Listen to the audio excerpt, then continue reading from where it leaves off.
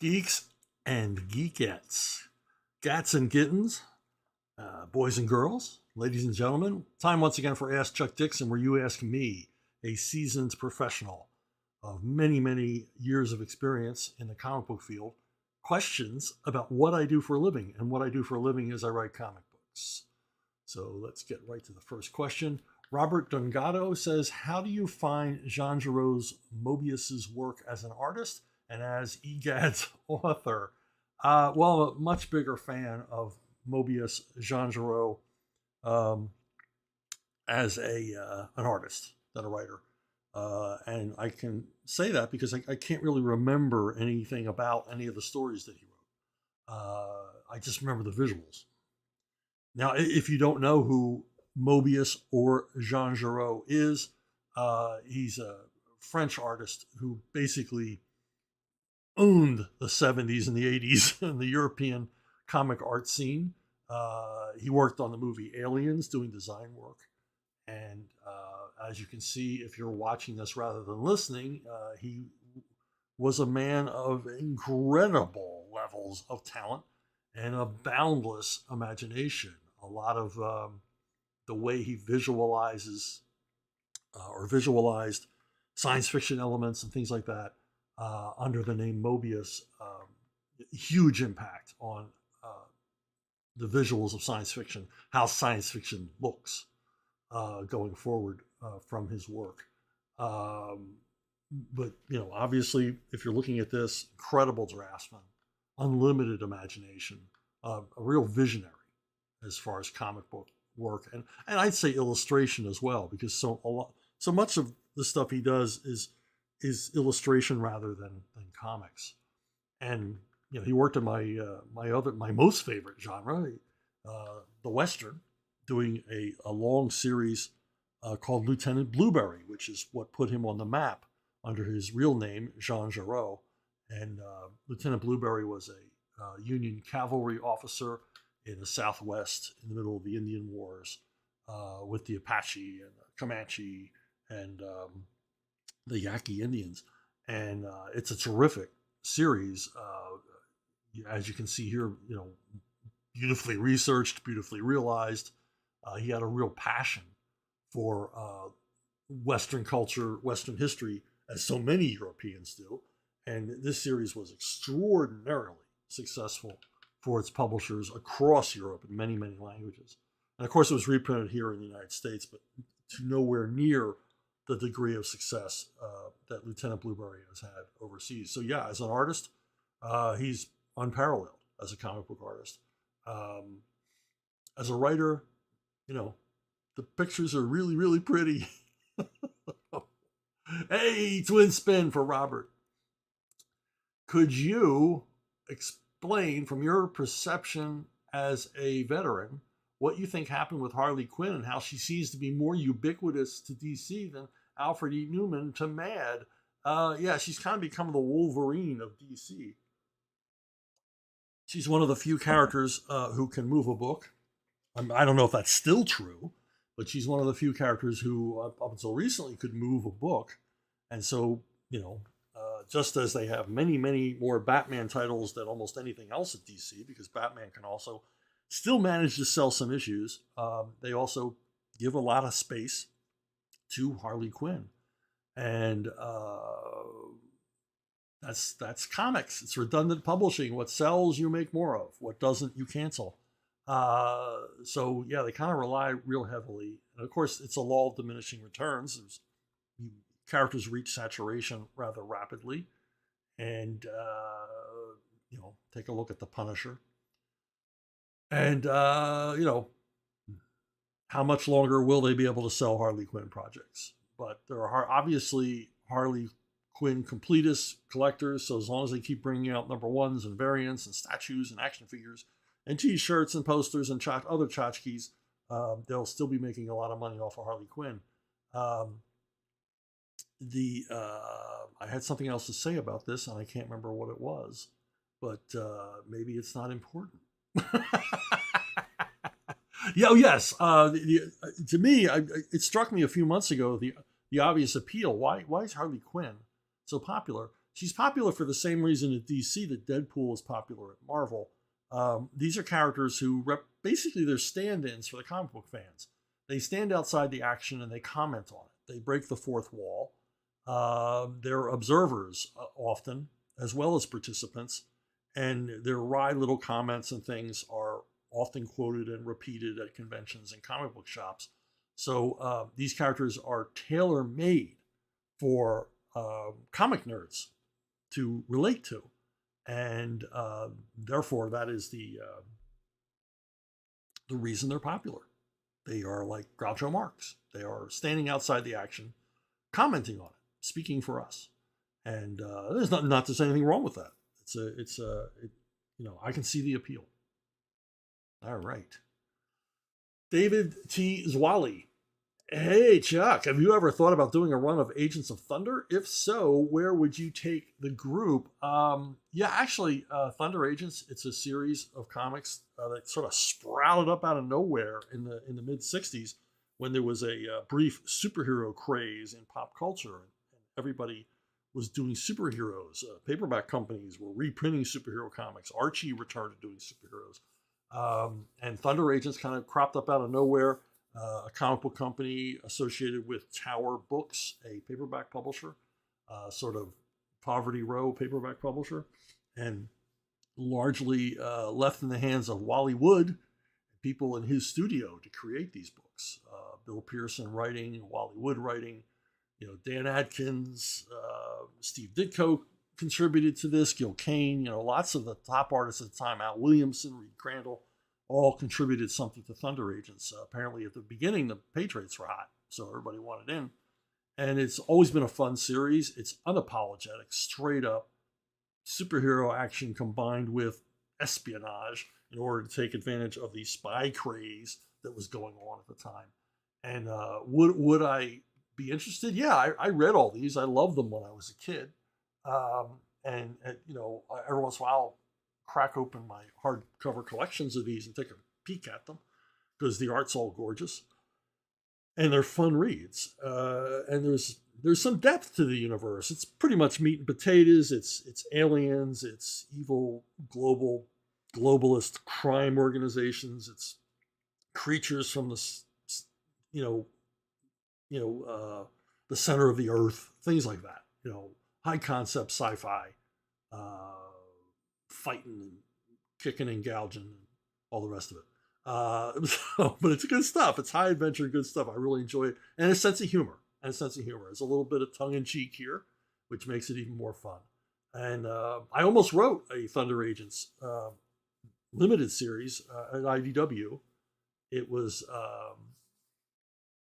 I was asked to pitch, and I pitched a series that involved the creatures from the center of the earth. I forget what the character was called. It was Overlord or Big Man, or I don't know what, I can't remember.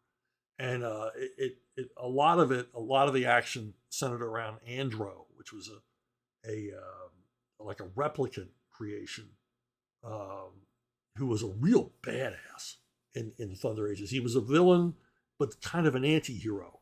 And the character fascinated me when I was a kid. He was brutal. And largely Thunder Agents was kind of a douse of cold water on a lot of superhero stuff because it was one of the first, the first in the modern age, in the Silver Age, to deal with, the death of a character. They killed off one of their characters and he stayed dead, and he was really dead. And what I loved about it when I was a kid was he dies, which was shocking, absolutely shocking to me, that a masked superhero character could be killed. But even more shocking is the reaction of the other Thunder Agents. They basically massacred the bad guys to a man. It was like, when I was a kid, I just thought that was so cool. So yeah, I mean, there's a lot of appeal here for me. If the opportunity ever arose and the stars were aligned and the deal was right, yeah, I would say yes. Martin Bowe, who is your favorite comedian? It's not even a contest with me. Jonathan Winters, I think, is the funniest guy who ever lived. I know he doesn't look very funny in this picture, but Jonathan Winters, when I was a kid,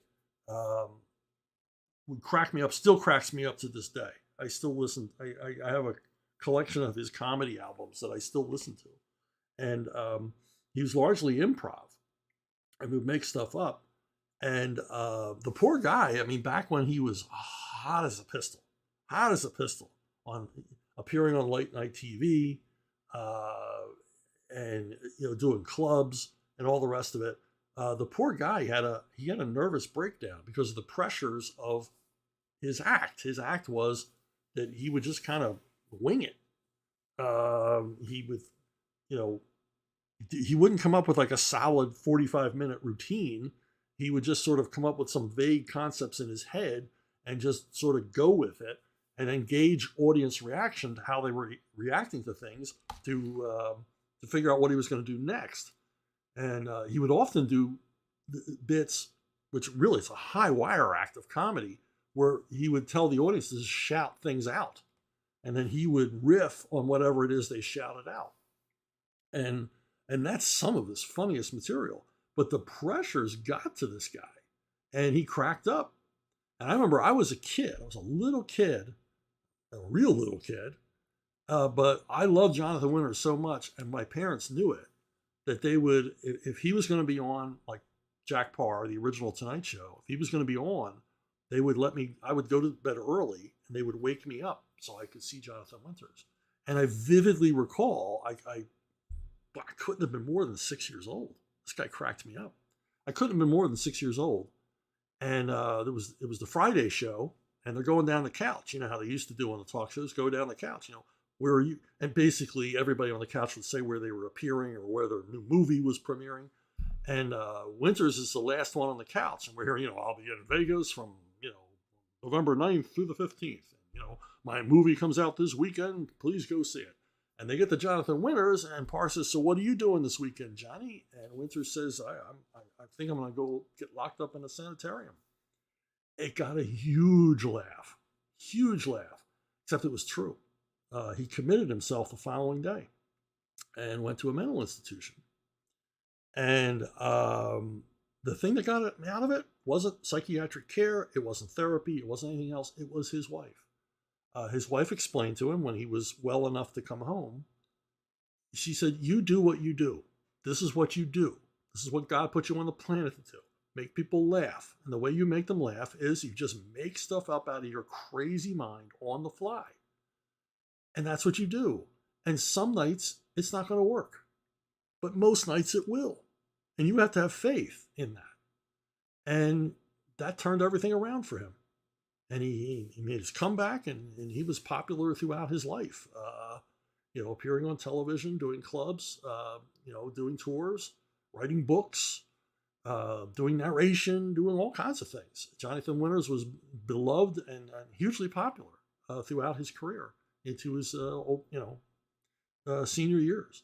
And all because that fear of failure, his wife kind of took it away from him, said, "Don't worry about it. That's going to happen." And generally it didn't. And like I said, one of the funniest guy that ever lived, in my opinion. Hey, if you haven't subscribed, please do so. If you have already subscribed, thank you very much. You're helping to build this channel. And I will move on. The next question. Matthew Rex, what did you think of Frank Frazetta as a comic book artist? Well, we think of Frazetta as an illustrator, and a painter and all the rest of it. And a lot of people forget or don't know that he was a comic book artist. He's an extraordinarily slow comic book artist, so he really couldn't make a good living at it. He would, anybody who talked to Al Williamson, who's a very, very close friend of Frank Frazetta's, would tell you that they would, they get tired of working and just leave the studio and go play a game of softball in the park instead of working, which editors did not appreciate. But they kept hiring them because, look, the artwork's freaking gorgeous. So yeah, you wanted Frazetta on your team, but you didn't always know that you were going to get the stuff in on time. But as a comic book artist, I mean, he was good. Obviously very illustrative, much like Mobius, who we discussed earlier.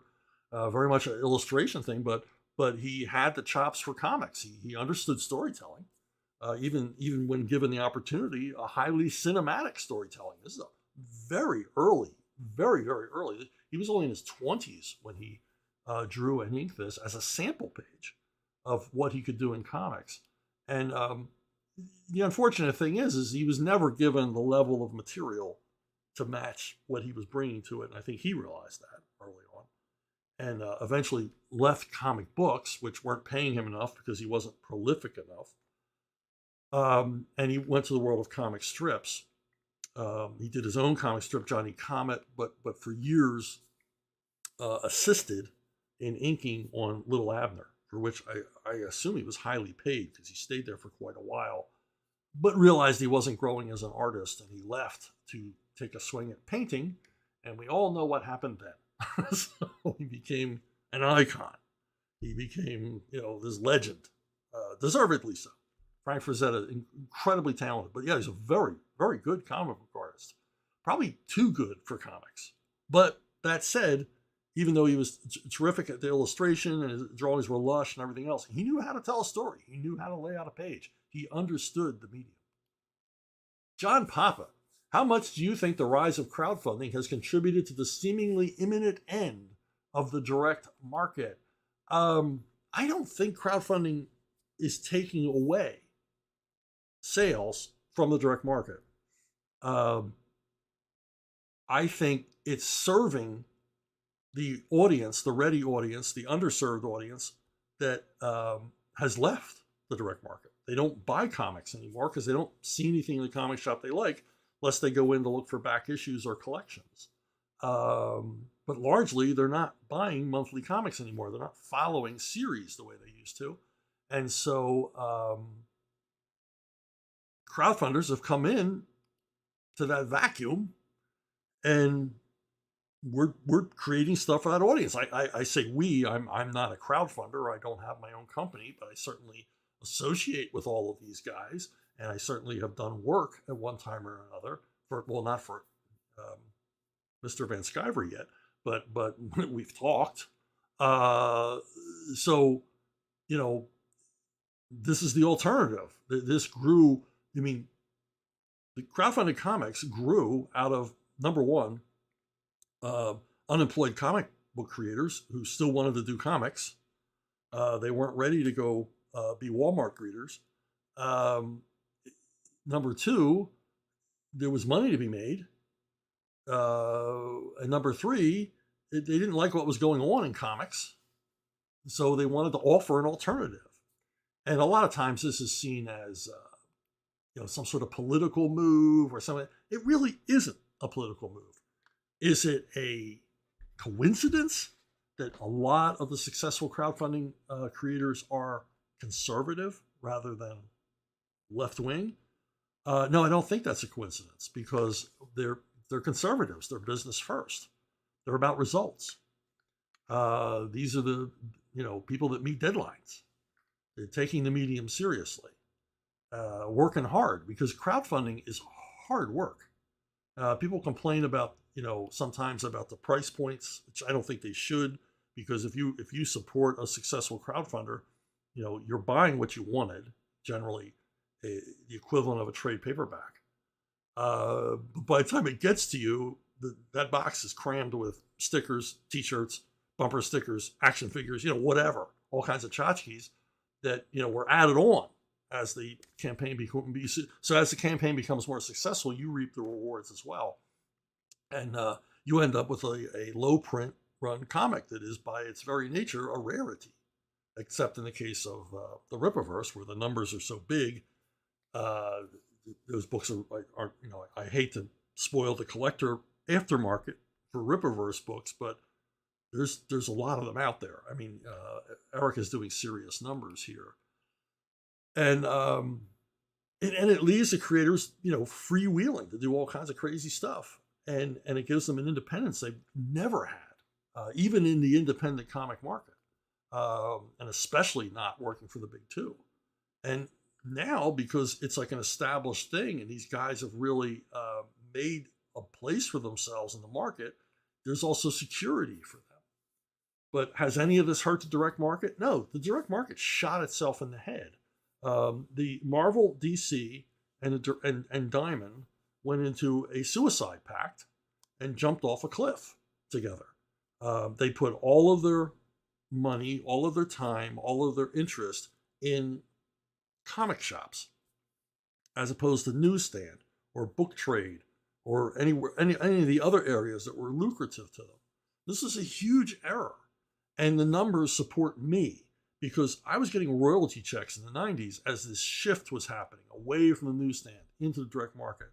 And let me tell you, my royalty checks got smaller and smaller and smaller. The numbers I was able to see the numbers sold of each copy of each thing I was working on. They were shrinking, undeniably, and it was only going one way. And it wasn't just me; it was everybody, because we weren't on the newsstand anymore. The majority of my sales were on the newsstand. As DC and Marvel withdrew from the newsstand, sales shrank. Well, that means less money, and then you're relying on basically, for the most part, a bunch of independent retailers, independent businessmen. And if you know anything about small business, they're all risky. Things can change, and guys can retire, lose interest. So there's a lot of reasons a comic shop would go out of business, and lots of them have over the years. There's been ups and downs, but a lot of, this isn't the first time we've seen a lot of comic book shops closing. Mid 90s, thousands of them closed. And then we're seeing a repeat of that now, but I don't see any way back because neither DC or Marvel are doing anything to fix it.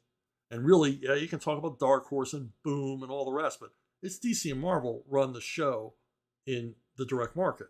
If they do well, everyone does well. And no one's doing well. And that's because they're not turning that ship around. They've seriously got to start thinking about the comic book audience, finding new readers, bringing back old readers, and make a real conscious effort to market these things. But it's never going to happen because at this point, their parent companies aren't going to sink any money into a marketing campaign to promote comic books. That's never going to happen.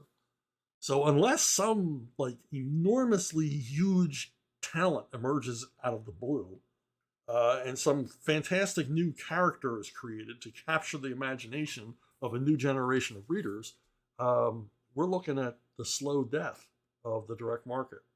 And crowdfunders is just a byproduct of that. John Papa again. How much do you think publishers not doing the work of publishers, no upfront page rates, limited skill, attempts at marketing, clinging to outdated and irrelevant IPs instead of developing new properties, having contributed to the same cycle? Well, yeah, like I said, it's the fault of the publishers, who fell into this trap and got kind of lazy. We got this direct market; they can't return them. We can snake oil them into buying, some crappy maxi series or crossover or whatever that we're just gonna, poop out for them. And they got lazy. And as far as marketing, like I said, comics have never marketed themselves. They didn't even.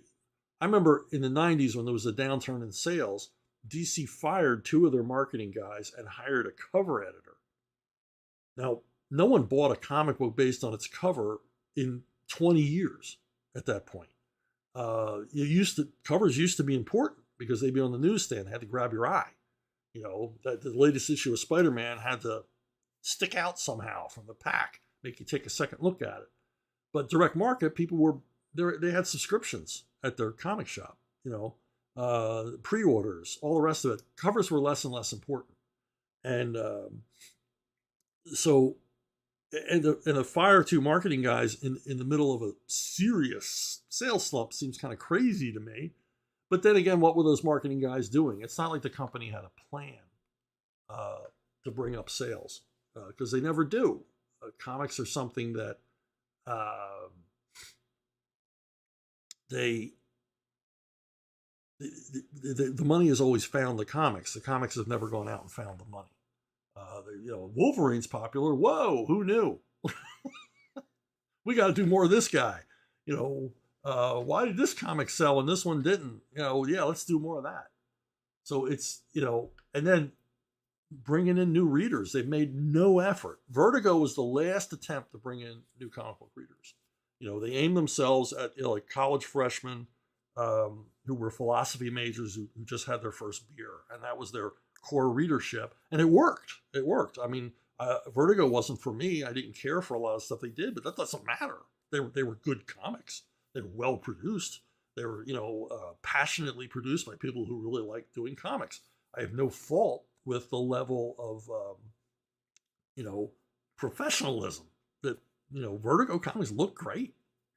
Why? Of course they found an audience. That was really the last time they ever tried to find a new audience. And of course, that audience was older. There's never been an effort to find a kids audience again, to appeal to kids, except a few, efforts at pandering here and there. But until they bring them back, not bring them back, they're gone now. But until you do something to interest a new generation of kids, because we've skipped 2 generations, and particularly interest girls into buying the comics, because girls used to drive the comic market. Until that happens, nothing's going to happen. But I don't see anything being done in that area. You don't see anything being done in that area. There's no outreach. If anything, they're working harder to chase readers away than to gain readers, which is, that's a really foolish business plan. Jerome Maida, is there anything, change of ownership, that could get you to write for Marvel or DC again? Yeah, it's not like I wouldn't pick up the phone. I have no animus against DC and Marvel. It's not up to me. I'm not going to call them, certainly. I'm not going to pitch to them. But they know where I am. They know where to find me. If they wanted me to come back and work on comics at either Marvel or DC, I would. But that ain't happening. And I mean, even back when I was in what I call my wilderness years, where I left CrossGen and I couldn't get arrested at DC and Marvel. So I found alternate means of income. Thank you, Bongo. Thank you to The Simpsons for giving me a lot of work. And I worked on other things too. Dark Horse had me do a Star Wars thing. So I was still getting work, but not quite as much as I was used to. I had no monthly. And I was told by someone who, up until that moment, I trusted, that if I was to go back to Marvel and apologize, I would get to work there again. And my question was, apologize for what? I was like, apologize for your political views. He's like, so I'm to apologize who I vote for. I'm to apologize for my privately held political views. I'm to apologize for the contents of my mind. And it's like, it's never going to happen for 2 reasons. Number one, I would never consider it. And number 2, even if I was idiotic enough to consider it, 99 chances out of 100 to just laugh in my face. I just humiliated myself. They would own me from that point on. And that's not going to happen.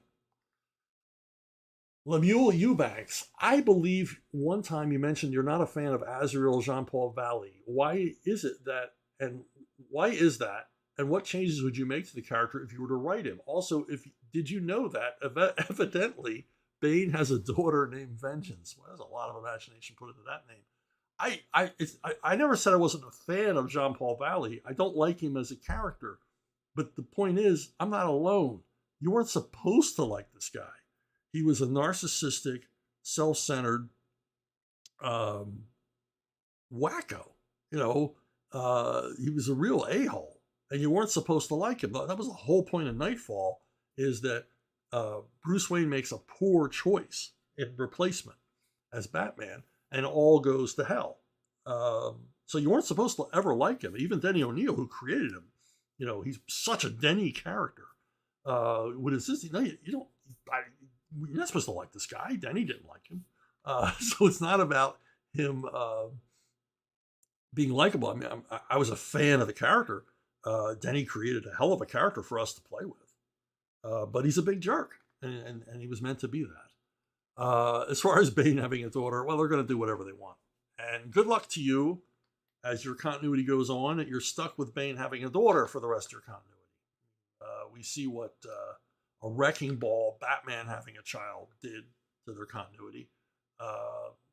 Let Bane have 100 kids. Let it be the Baney bunch. Oh. Alex Richmond. First off, in the introductory section for Batman Adventures Omnibus, I got to pick one of them up.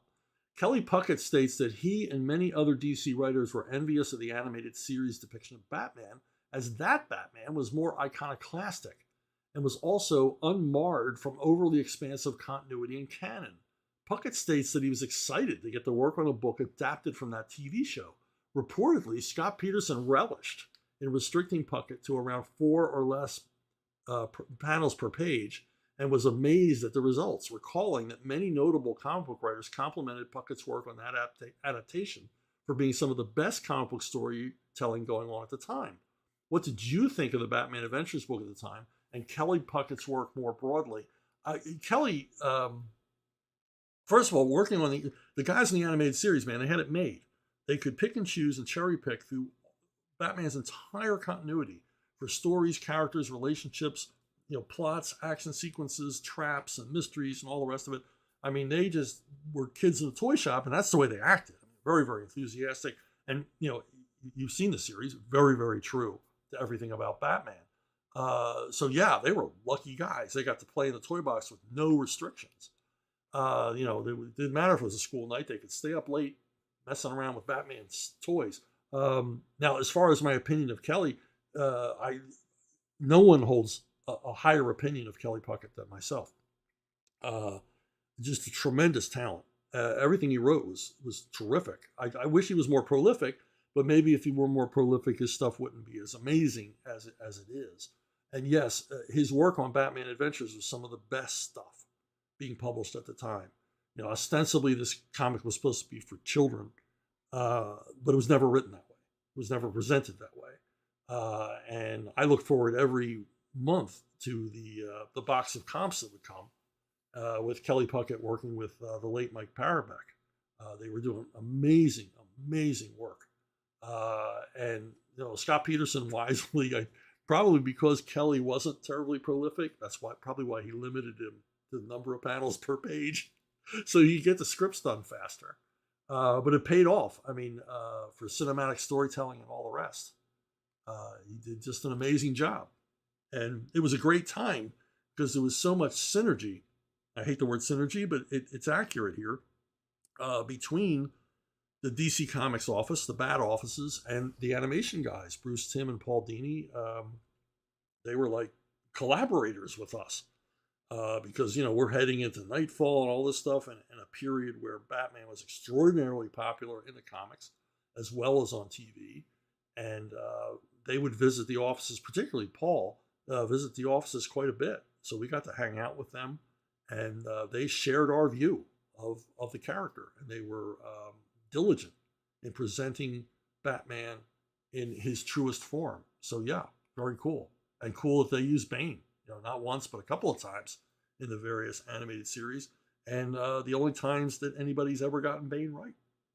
So, what? Twin spin. Alex Richmond.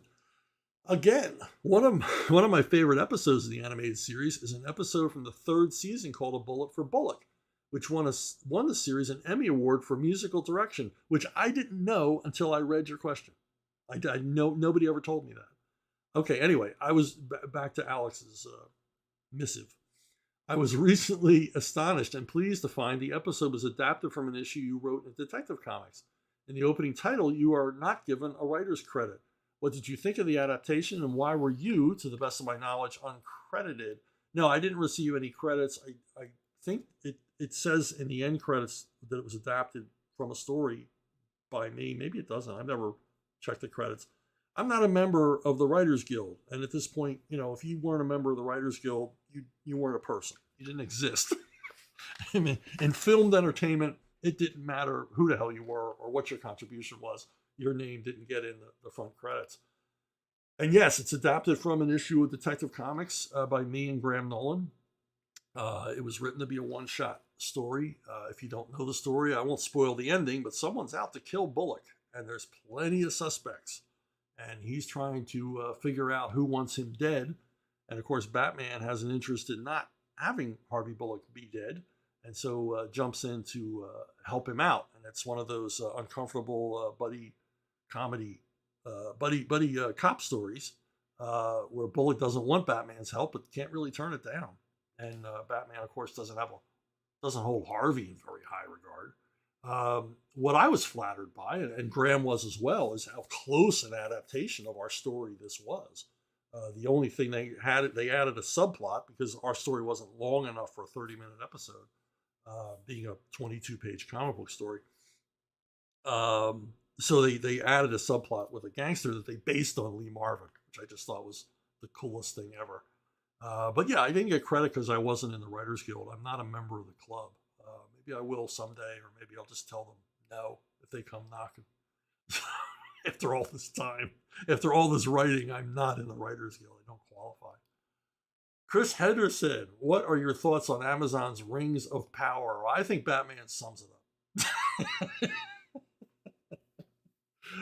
up. What can I say about this horrible series that hasn't already been said? It's a travesty. It is. I predicted this would be the high watermark of woke entertainment, and I'm right. The reaction to this ridiculous whatever this is, I can't even call it a pastiche. This abortion, the fan reaction globally was so visceral and so hateful and so outraged, true outrage. If you're a Tolkien fan, this is a slap in the face. They spent a fortune on it, and it's dull. It looks dull. It looks uninspired. It looks cheap in a lot of scenes. For the billions they spent on this series, it looks cheap and tawdry and shoestring and ill-conceived. And the other problem, they go on and on about a diverse cast. Well, if you really, really wanted a diverse cast, which didn't make any sense at all, there were other ways to make the cast diverse other than just simply gender swapping characters and race swapping characters.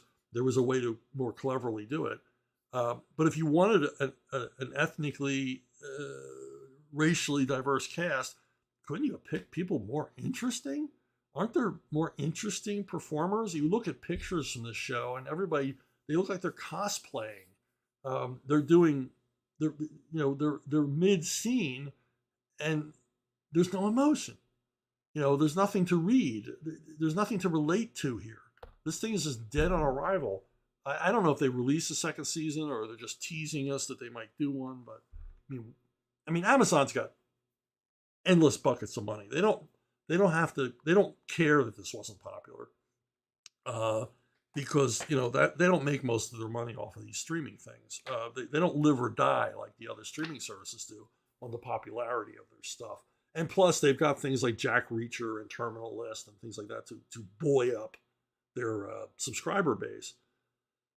But if you're like me, the only reason you can watch Amazon Prime, or you do watch Amazon Prime when you do, is because you wanted free shipping on your Amazon stuff. I didn't want Amazon streaming, but I got it. So, I'll take a look every once in a while if there's something I want to see. But this is not one of them. This is just awful. And there's really nothing else I can add that hasn't been said a million times. There's been a bazillion videos launched about, there's whole YouTube channels about how awful this is. Don Perkage, how would you handle a Submariner and Aquaman crossover? What did you think about Aquaman's hook in the 90s? Well, once again, it's a short answer, and then Namor provides it.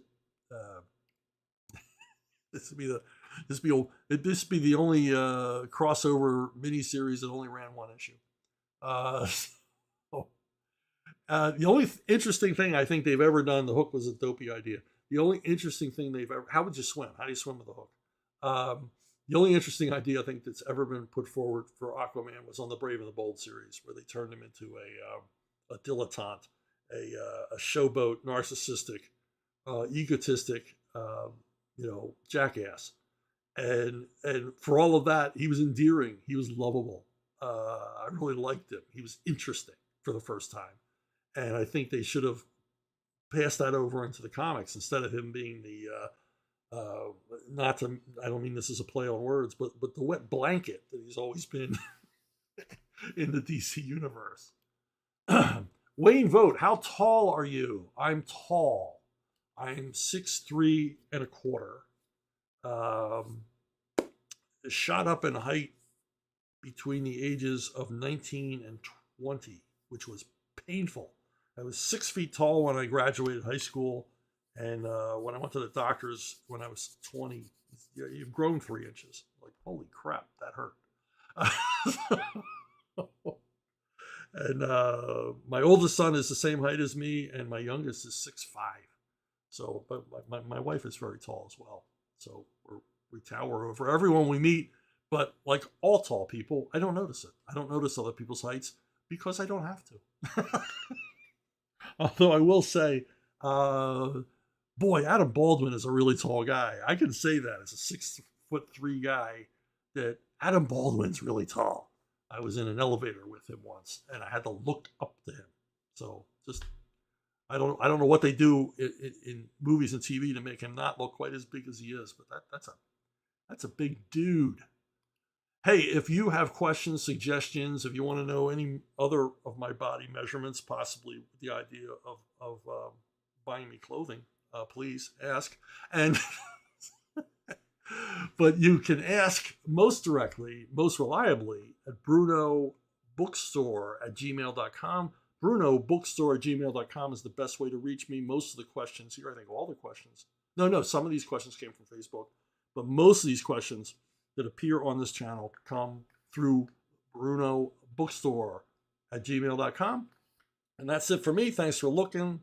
Thanks for watching. Thanks for listening. Thanks for likes and subscribing and all the rest. And I'll see